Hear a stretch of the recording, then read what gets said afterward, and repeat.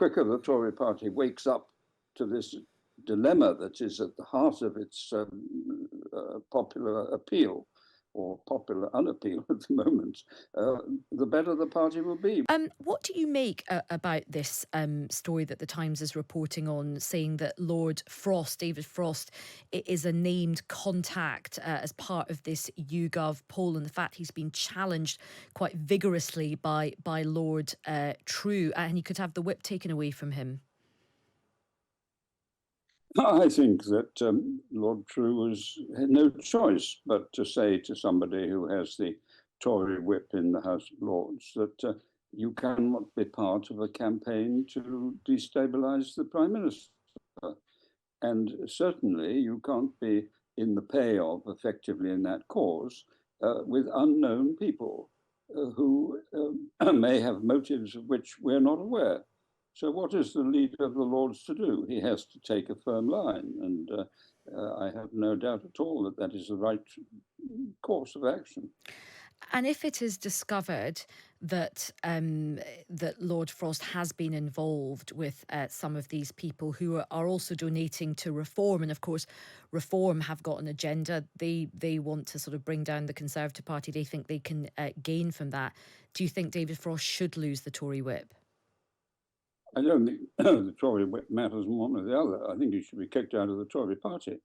Because I think, you see, at the heart of this, I mean, it's extraordinary, really.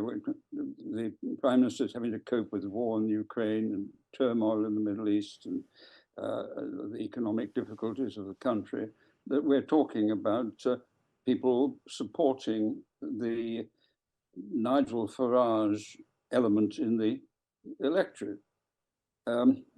Well, someone's got to confront that.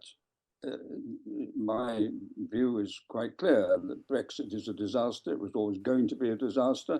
And what you've got is the people who argued for it and worked for it know it's not working. And they're getting ever more desperate to try and pretend that there are alternatives, that we can make a success of it, give us a chance, sort of stuff. They're not going to get the chance because it will not work.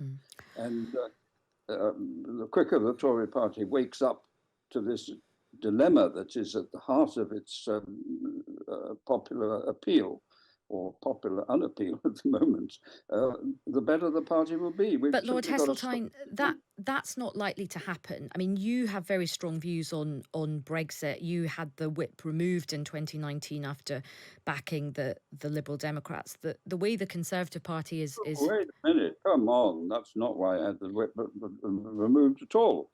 It had nothing to do with the Liberal Democrats. I voted in the Lords to give Parliament the last say on the Brexit negotiations.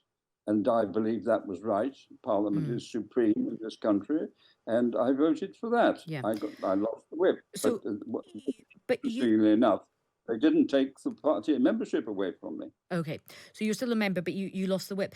But look, the Conservative Party, as it's configured now, it is not going to have a Damascene conversion to your view. And many of my listeners will be completely in agreement with you about Brexit. But the way the party is now, it's not suddenly going to say, do you know what, Brexit was a disaster. They've lashed themselves to the mast of Brexit. David Frost obviously was a big part of that. How do you think Rishi Sunak is going to regain any kind of order in the party when there's so many of these mini plots going on? There's so many. We've got these 5 families. We've got Simon Clarke. We've got Andrea Jenkins. We've got Lord Frost now with his poll. How does Rishi Sunak try and get some control over the Conservative Party? Well, I tell you what I would do in his position. I would say this is the policy of the government, and we are either going to agree or we're going to the country. Because the fact of the matter is that most of these protesters and shadowy figures are actually people of straw, and they will give in. And if they don't give in and keep going, the party's finished in electoral terms in this coming election anyway. So he's got to be a prime minister. He's got to confront these people. And the one thing that would terrify the life out of them would be a general election in which many of them will lose their seats. So do you think he should not just threaten, but promise them if they don't get in line, he's going to call an early election? I do, yes. I think it's got so serious now that struggling on from crisis to crisis, plot to plot, leak to leak, it simply makes the situation worse. I have never known, amongst the sort of broad conservative world that I know about, I have never known such disenchantment. And this program, just take your program. I mean, people watch that, but this is typical of all the media coverage, and you cannot be part of it or watch it or listen to it and not be dismayed.